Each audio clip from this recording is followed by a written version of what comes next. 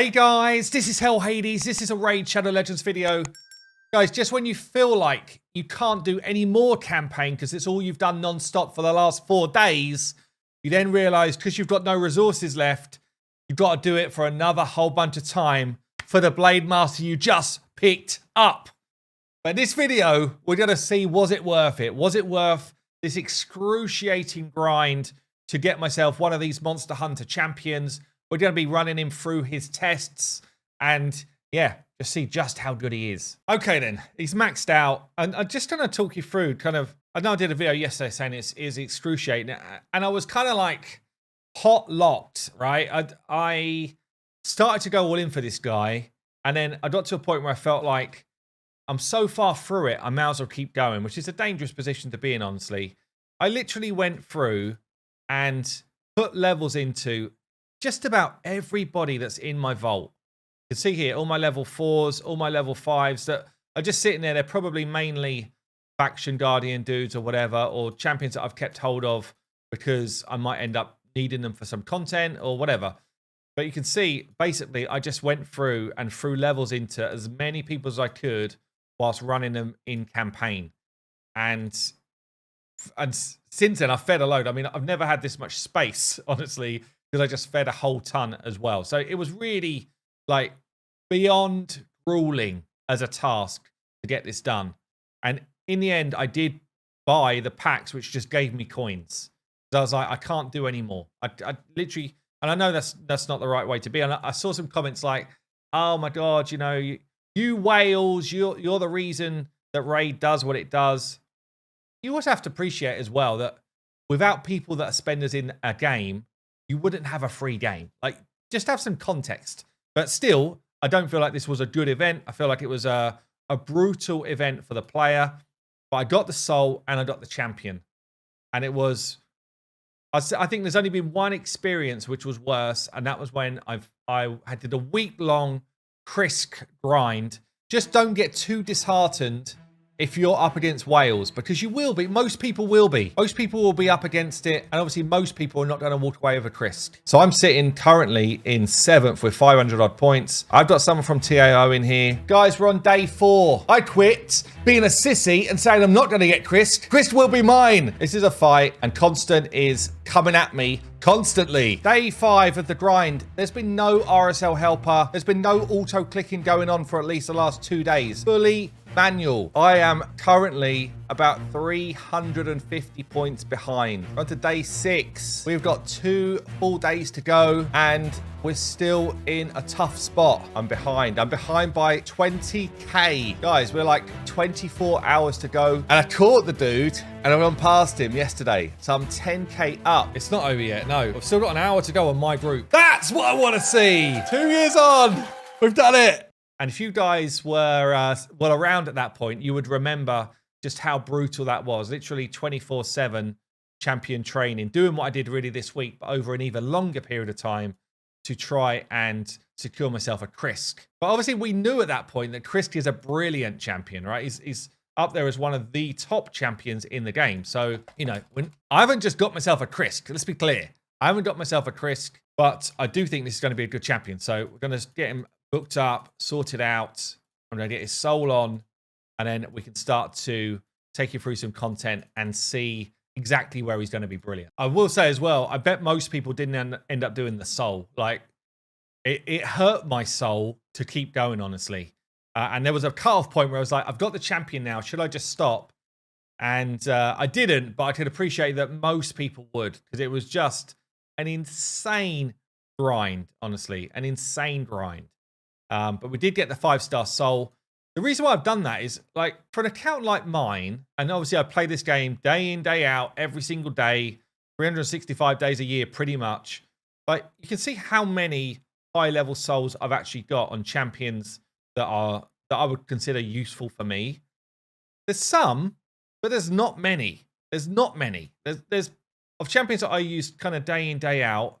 Rotus I use in a lot of content, actually. Certainly even more since we've got Curse City. I use my Thrala a lot. Just seeing who else. I use my Leorius a lot in Arena. I'm using my Lady Mikage more and more. Don't use him at all. Not really. Arbiter I still use a bit. Warlord I use in Arena. Uko I use quite a lot. Artak I use a lot. Elva I use a lot. Using Ragash more and more, I guess, albeit he's naked right now. Duchess I use a lot. Theodore I use a lot. So probably maybe like 10 champions that have got a high level soul that I really use a lot. So if you've got a chance to pick up a high level soul on a champion that you think you're going to use a lot, I mean, it's just such a massive gain, honestly. It's such a lottery trying to do it through actually pulling souls that, yeah, it felt like for me, it was worthwhile. And when we look at this guy's kit, it's pretty nuts. So attacks an enemy, 40% chance of increasing the duration of 2 random buffs on all allies by a turn. He's an HP-based champion, so you can build him super tanky. I'm interested to see how this mechanic rolls in with the next 2 skills, because I'm not sure if you can increase the duration of a protected buff. I think you must be able to. Maybe they've changed the... Like, you didn't used to be able to interact with protected stuff at all. I think they might have tweaked the skill so that you can interact with buffs and increase their duration. But anyway, increase duration of 2 random buffs on all allies by a turn, booked 55%. That's a crazy good A1. That really is a good A1. A2 then is attacks all enemies. Again, HP-based hits. So it's probably not going to hit very hard. Puts increased defense on your team and shield on your team. The shield's equal to 30% of this guy's HP. So we're building with tons of HP, which is what he scales from anyway. And we get massive shields, massive protection. And then if you're fighting a boss, they're protected buffs. Imagine how insane that is for Bommel, for Hydra. It's actually nuts. Like, so many encounters having protected buffs is just absolutely phenomenal. So this is great. This is great. We then got a full cleanse on a 3-turn cooldown on the A3 and puts block buffs out there. And again, if you're fighting a boss, it's a protected buff. Because in my head, originally, I was like, oh, this guy would be great in protection set. No! He's already got all of the stuff protected in all of the key fights. I think he's actually decent for the arena as well. But generally, it's boss encounters where he is just nuts. Think against Agref. Cleansing all of those poisons off. Putting block debuffs in its place as well. I know some of the poisons are unpreventable, I guess. But the cleanse in itself is great on a 3-turn. Support for all of your team on a 3-turn. It's just insanely good. It really is extremely strong. And then we've got his passive. Fills his turn meter by 5% every time a debuff is placed on him. Also heals him by 5% whenever a debuff placed is removed or expired. So if you cleanse a bunch of debuffs here, you get a big heal. And yeah, and he's getting turn meter when they pop on as well. It's a little bit counter synergy with the block debuffs, I guess, but generally, I think he's just a really, really solid champion. Speed in dungeons as well, which is okay. Honestly, I'd much prefer all battles because I think his best spot is probably Hydra. And if we look at where we ranked him on the website, generally, the way we do rankings now, it's kind of like me, Saf, and YST as a team effort. Hydra, 5 out of 5. Scarab, 5 out of 5. Frost Spider, 5 out of 5. Nether Spider, 5 out of 5. Then Griffin, protected buffs against the Griffin. Hallelujah, that's what we want. That's really strong as well. And then a bunch of the other dungeons like Hard Dragon, block debuffs, cleanse, increased defense, shields, really strong. Strong against the Ice Golem as well. So yeah, just generally, he's kind of like a jack of all trades. Pretty much. He's pretty much a jack of all trades. Decent clan boss champion, increased defense, block debuffs on a 2-turn. Going on for 2 turns on a 3-turn, mean that he can enable you to have a 2-for-1 speed comp and block like the decreased speed from a spirit clan boss as well as blocking the stun. So these type of things are kind of rare in the game. They're not super rare, but they're kind of rare.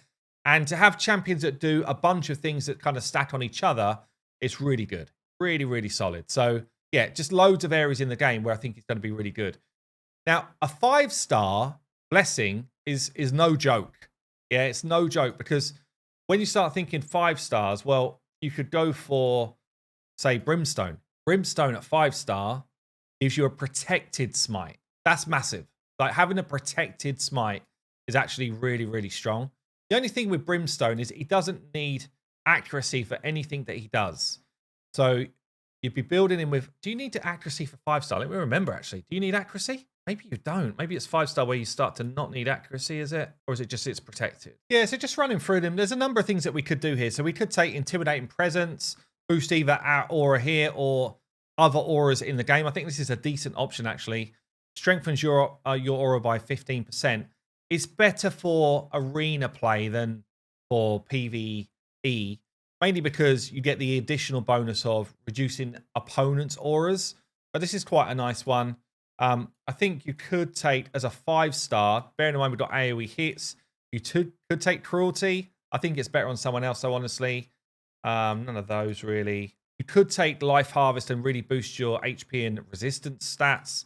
Certainly good for arena play as well with the amount of reviving going on. I think it would be actually pretty awesome. It's not really good for his stats, but Soul Reap at 5-star can give you a really high level of like kill bonus if you're going for, especially like Doom Tower bosses, stuff like that. 14% threshold to take someone down. It's pretty damn solid. Also, 50% chance of placing True Fear for 1 turn if the target survives.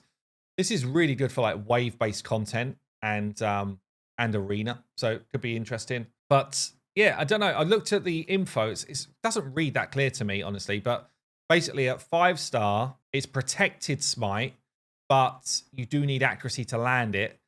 At 6-star, you get the guaranteed, which should read, honestly, irresistible or something like that. So it's 6-star where it cannot be resisted and it goes on protected. So I actually still feel like this is probably the best blessing for Blade Master if you can naturally get some accuracy into the build, because he's mainly a boss fighter, right? So if you've already got smite on your team somewhere else and it's pretty solid, then yeah, fine. Don't worry about it too much. But having it on protected, I think, is really beneficial. And you get a lot of HP, which is how he's going to scale his shields and stuff from. He's going to give him some of the accuracy he needs to land this anyway. So if you've got him in your kind of late game, then suddenly you're going to have your Great Hall accuracy, this accuracy, a little bit of extra accuracy in your gear. And I think you get to what you want anyway. So I'm thinking I'm edging towards smite for my build. So it wouldn't be a champion guide with me if I didn't try and build him for damage first. So we're going to go for, I'm in the optimizer here. All I've done is I've just clicked on my champions, found my Blade Master, and then we're going to optimize his gear. I've seen a bunch of people actually on Facebook asking like, how do you use this properly and stuff. So I do try and show it where I can. We've got damage mode. So that's just going to be pushing him for as high as damage possible. All you need to do in damage mode is just set a minimum speed. That's literally it. You don't need anything else. All I'm going to say is give me 160 speed. Otherwise, just find me the highest possible damage build that you can find. I don't need to tell it what sets or anything like that. So nothing like that needs to happen in order to do the optimization. There are actually a couple of things which have been added, which is worth taking a look at. The main one, and maybe this is it really, but we've always had the ability to say max ascension bonus on items. So for me, for example, I've been farming a lot of Sand Devil recently. So, if I'm trying to ascend something, I've got a decent amount of materials. I can max quite a few items here to level 6.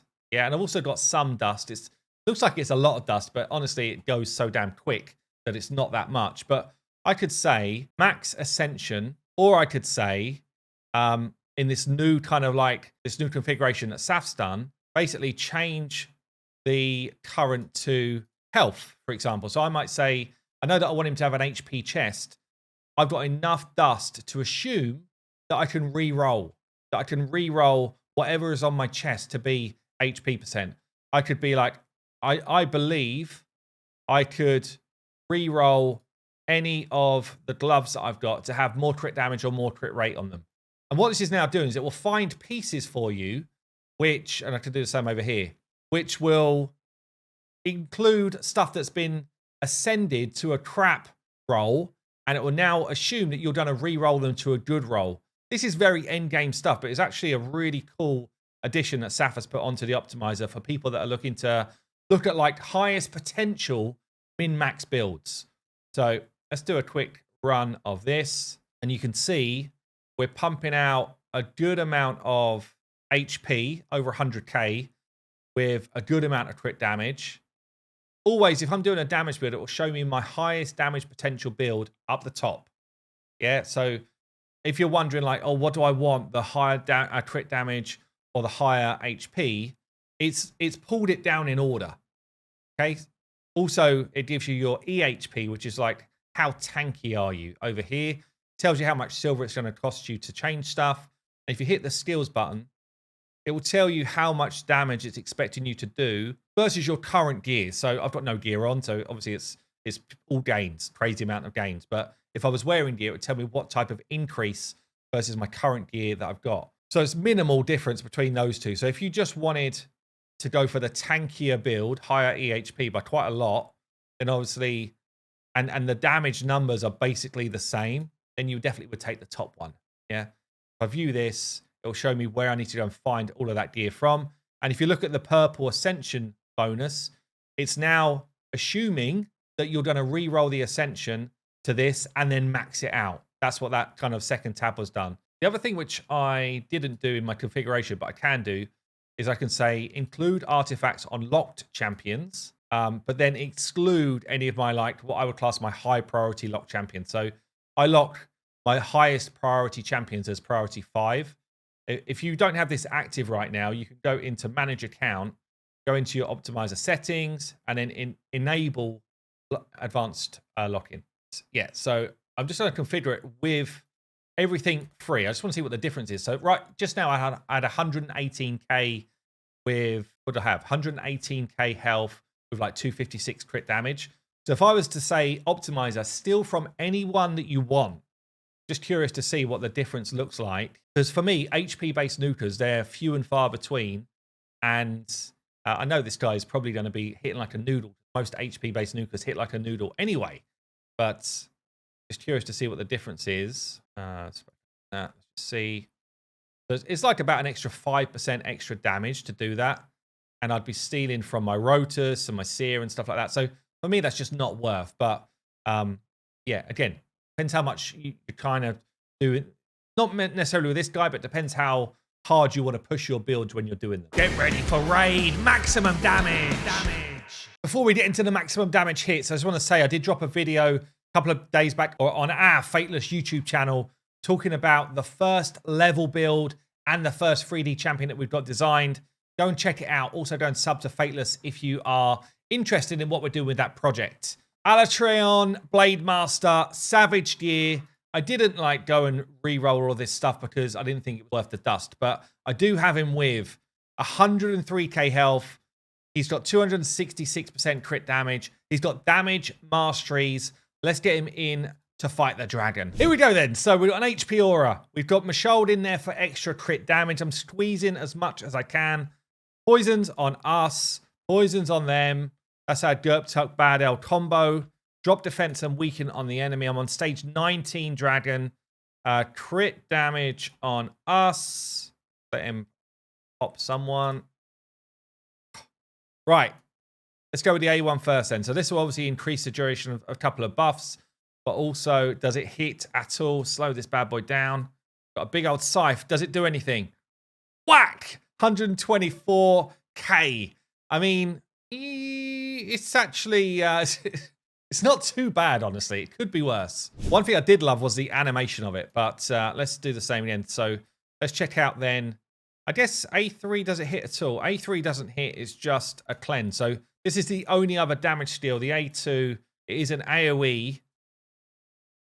160. It's pretty weak sauce considering the build. So one thing we know for sure, he's definitely a support. So although we're in kind of like easy street Dragon 19 here, it's not going to show anything too dramatic.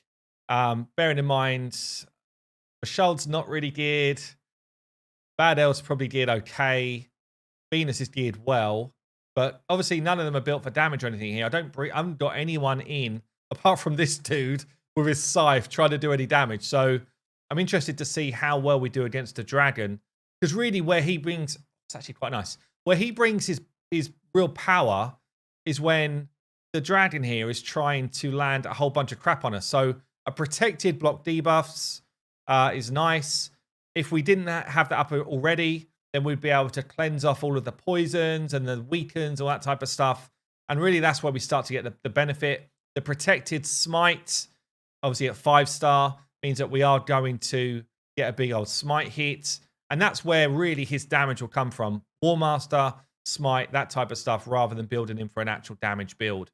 But his value is in the buffs that he's bringing in and in the way he can cleanse your team. And that's going to be the same, honestly, in most content. That's really where he starts to shine. So I could show you the exact same feeling for most of the Doom Tower bosses, but because they're protected buffs, they're particularly strong in like Bomb or Griffin. Anywhere where they're going to be ripping them off you, that's where they become extremely strong. So anyway, Scythe stuff down. It was only Dragon 19.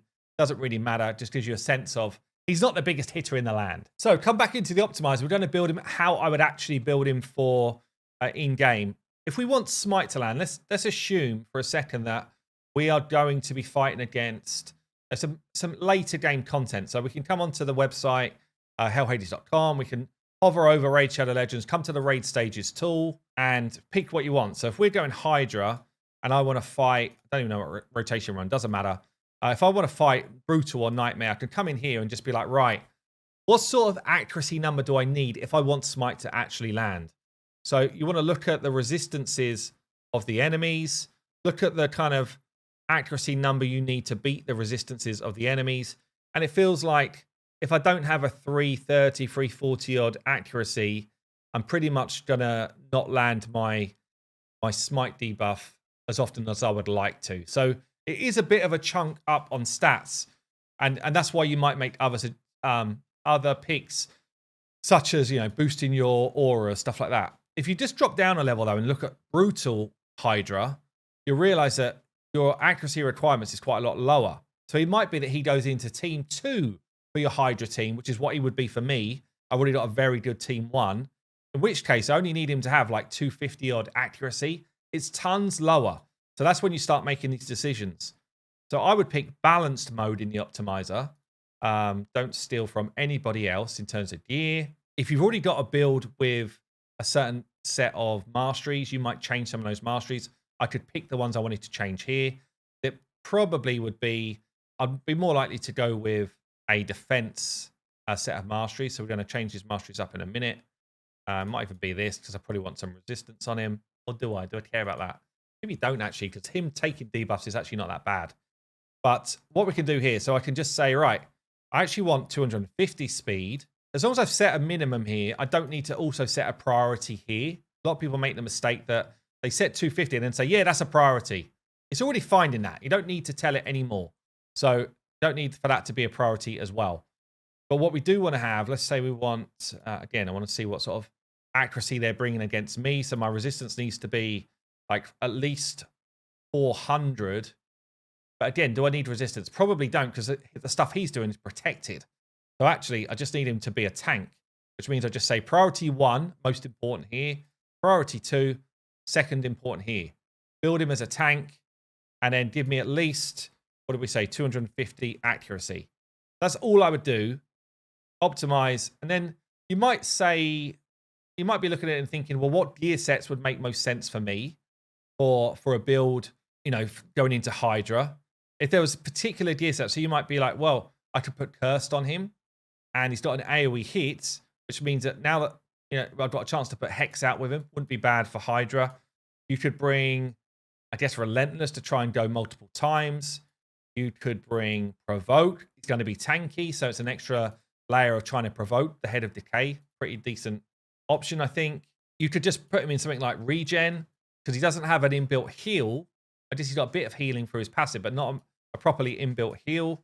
Or you could go for something like Guardian Gear, tank some damage off of your friends. There's actually a lot of choices for him. If you think about it, you know, Defiant, if you want to reduce some of the AoE hits coming in on you.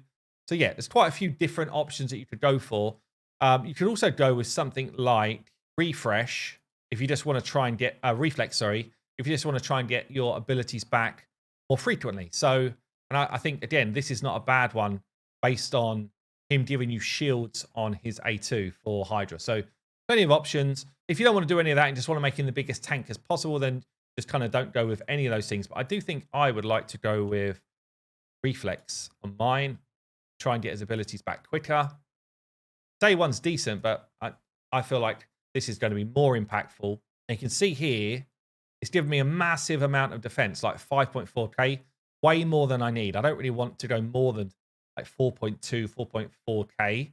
So if it's doing this and you're like, yeah, I'm not really that happy with the build, then you could either just drop, I think this works. Let's just try this. I'm not 100% actually. Can I drop the priority and it's, no, it will still be second in order. So let's stop that. So the other thing I could do, if it's doing that for me, I could literally say, just give me 4,200 defense. And then all I care about then is HP after that. And I think this is probably a better way of doing it. So it gives you the defense you want, gives you the speed you want, gives you the accuracy you need. And then it will just pump all of the rest of your resources into getting as much HP as it possibly can. And that's for me in a refresh set. I've still done it set 2 though. And again, like I'll leave this in the video because people make the same mistakes. Where was it again? A new thing. Sets. No, slots. So I've still got it set here to empower crit damage and health and stuff like that. So I'm just going to reset that. Go again. Again, we've got the speed we want, accuracy we want, and then defense we need, and then as much HP as possible after that in refresh reflex gear. Still give me the same gear, but now I can kind of like roll up what I want to do. Okay, let's put it on. Okay, so we've got a new look Alatreon Blade Master here with the reflex gear on. I will say, if you're running him in any wave-based content, bolster set or shield set on him would be phenomenal as well, because you've got the shield that he casts going over the top of a protected shield from something like bolster. Just means that you're going to get massive shields coming out of this dude. And because he's got a high base HP once you've got him built as well, then it's just going to be great. So bolster set also really good because it heals you as well. Bolster set would actually be phenomenal for wave-based content. So I ended up here with high health, good defense, good speed, enough accuracy to do the job that I want him to do. That's the main stats I was looking for. And in masteries, we just kind of like switched to just a couple of important ones. More shields out of your shield cast. Give me my abilities back quicker. Give me my my buffs on for an extra turn potentially. And then War Master for some damage in his build as well. So now he's got Smite and War Master potentially doing damage. Okay, so I've got the squad. I've brought Tila in for basically burns, leech, hex. She's super good for Hydra, really good champ. I've got additional burns going on with Venus and drop defense and weaken. I've got damage with my Rathalos. Ricage to try and activate more Rathalos and also enhance our buffs and push the debuffs up on them. Provoke here. Support, obviously, with the main event dude. Hopefully this is enough. If anything, I would take Mikage out for another damage dealer because I'm potentially missing a trick. If Rathalos gets eaten, I absolutely have got to have burns up everywhere to get any sort of damage going on. Obviously, the protected smite coming in from Alatreon, having that 5-star soul, is going to be massive. It does mean that we get another kind of big boost of damage when he gets his hits away, or chance to. 60% chance every time he does an A1. Poison Cloud's fine because we've got our burns out. As long as we're keeping our provoke up. I do have my Tila in a provoke set. See, she just landed that provoke there. So she does 2 different AoEs, which is cool. Means that we should be able to help Morley keep provoke up. Morley's in there really to boost turn meter and do the provoke. And she's in there as like a spot revive if things go nasty. The leech going out there means that we've got constant healing. And yeah, I've got like a resistance build on my Rathalos along with damage as well as on my Morley because both of them are fairly susceptible to the Head of Mischief. Hex being out there should mean that we can get our damage where we want it and additional damage as well. And our damage per turn right now, considering I've only got 1 out-and-out damage dealer on the squad, is pretty good actually. It's pretty solid. So we'll let this run through and I'll show you how it looks at the other end. Well, I had some terrible misfortune in terms of like head spawning at a certain poor time. Anyway, it's going to be a 36 mil hit. One thing though, which I've loved is the protected buffs. It's just been so good. Head of Mischief has had way less fun fighting this team with this dude in it than normal. I could rerun this a bunch of times. It'd be a good hit, but still, I'm not in that sort of mindset right now for Hydra. I just kind of like, you know, we get it done and we get out. But I'd be interested to see what the damage looks like. Be also interesting to see, you know, some of the more kind of like support-based stats. So, yeah, not quite my crowning glory moment of Hydra, but also not a bad hit. And here we go. So we've got Rathalos obviously doing the damage with Tila. Tila bringing us a ton of healing. And then we get a good chunk of shielding from Blade Master. I don't know if it really like ramps up to show his true value, honestly. Because a lot of this is shielding based on what he's done. But anyway, really, really cool support unit. And definitely going to be finding his way into a bunch of teams for Hydra for sure. Really, really useful champ to be bringing there. I guess the other thing we can just show in the same build is the fact that he just comes in. Can I show it on Doom Tower right now? I think my next rotation might be the Griffin there. Yeah, I think it is. I'll get us up to the Griffin because I think this is going to be one of his like best spots to be in. I've got to say, I'm kind of interested to see if this dude with the 5-star blessing just solos the Griffin with half decent gear, because I think he might. When you've got 5-star brimstone, so that's not coming off, and all of his buffs are just protected, I feel like he might just straight be able to solo high level Griffin. Now I'm not on that higher level right now. Let's just find some speedy ones. But yeah, I'm on a reasonable level, and all it's going to be is whether or not we need higher stats. So just thinking, bring someone in who can kill the waves for me. Who should we bring? Maybe Artak, maybe Leo. Hopefully Leo could just kill the waves for me, and then it'll leave him to fight the Griffin. Let's see. Because obviously he's not going to do too much against waves. We've already seen damage is not his forte, but staying alive is, and the buffs he puts on are super strong. Now they're not protected right now. That's because we're fighting waves of enemies, but as soon as it's against the boss, he'll be putting protected buffs on. So the Griffin's not having those. And obviously with Smite being protected as well, the Griffin's not throwing those back at me. So it's just whether or not we can tank up the higher levels of damage that the Griffin puts out when he's enraged to like full mode, if he gets that far. Should clear these out pretty comfortably. And yeah, I know probably people are like, yeah, but my stats aren't yours and stuff. Or maybe you didn't get the soul. If you didn't get the soul, then this is not even a thing. But protected buffs anyway, irrelevant as to whether you're trying to solo this, protected buffs are phenomenal for this fight. And yeah, obviously you want protected debuffs or no debuffs at all for the actual kind of next stage. But obviously with the regen, we are just slicing through this chicken quite comfortably, actually. Smacking it up. The brimstone does tons of damage. Going to take my Leo out pretty damn soon. We're staying really topped up. That increased defense plus the shield. It's a lot for this Griffin to get through, even at high levels of enrage. And this, often when you've got these kind of like solo type of strats, it actually becomes quicker than if you're bringing full squads in, honestly. Or can do. Griffin's basically killing itself with these hits. This is the worrying point. When it gets to like 18 to 20, it really does hurt you a lot.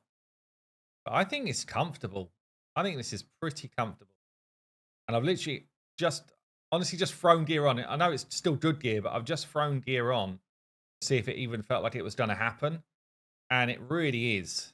Like, this dude is built for this fight. So yeah, look, overall impressions, any boss encounters, because of these protected buffs and their cool buffs, I think he's actually awesome. I think he's a really, really good addition to the game. For me, him and the Archer are the two kind of like real best draw champions that you could have picked up from this this collaboration with Monster Hunter. It's a shame they've put them behind such difficult, you know, relatively unattainable content, really. But that's quite impressive.